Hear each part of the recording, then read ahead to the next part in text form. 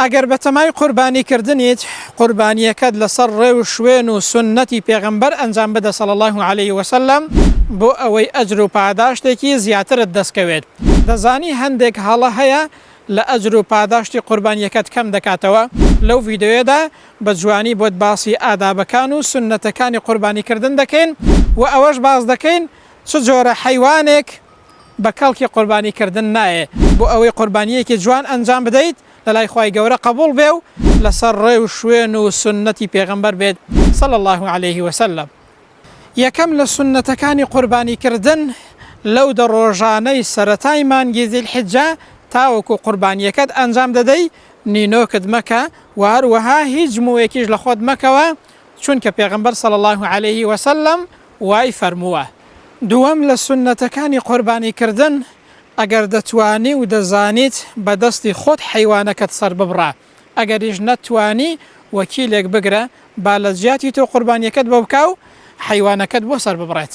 سێم لە سونەتەکانی قوربانیکردن کاتێک کە قوربانی دەکەی حەیوانەکەت ڕوو بەرەو قیبلە بێ و خۆشت بەرەو قیبلە بوەستە.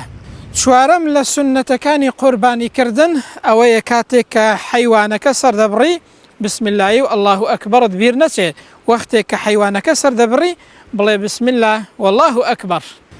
پێنجەم لە سونەتەکانی قوربانیکردن ئەوەیە چەقوەیەکی تیژ و باش بەکاربێنە با خێرا حەیوانەکە گیانی دەرچێت، چەقوەکە کول نەبێت حەیوانەکە ئەزیەت بدەیت، با چەقوەکە تیژ و هەروەها چەقوەیەکی باش بێت خێرا سەری ببڕە و حەیوانەکە ئەزیەت نەدەیت. شەشەم لە سونەتەکانی قوربانیکردن ئەوەیە لە بەرچاوی حەیوانەکە کاتێک کە سەری دەبڕی چەقوەکە تیژ مەکە. بۆچی؟ چونکە پێغەمبەر صلی الله عليه وسلم وای فەرمووە ئەو حەیوانە تێدەگات کە سەری دەبڕی ناڕەحەت دەبێ لەبەرەوە بە بەرچاوی حەیوانەکەوە چەقوەکە تیژ مەکە. پێشتر لە ماڵەوە چەقوەکە جوان تیژکە کە هاتی حەیوانەکە بکەیە قوربانی خێرا سەری ببڕە و ئەزیەتی مەدە.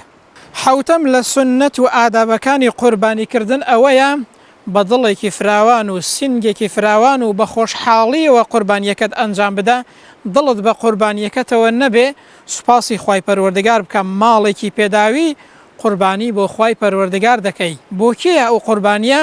بۆ خاوەنی ئەرز و ئاسمان سوپاسی خوای پەروەردگار بکە خوای گەورە دەرفەتی قوربانیکردنی پێداوی، نەچی دڵت بە قوربانیەکەوە بێ و دڵت لە دووی بێ، بە سنگێکی فراوان و زۆر بە خۆشحاڵیەوە قوربانیەکەت ئەنجام بدە.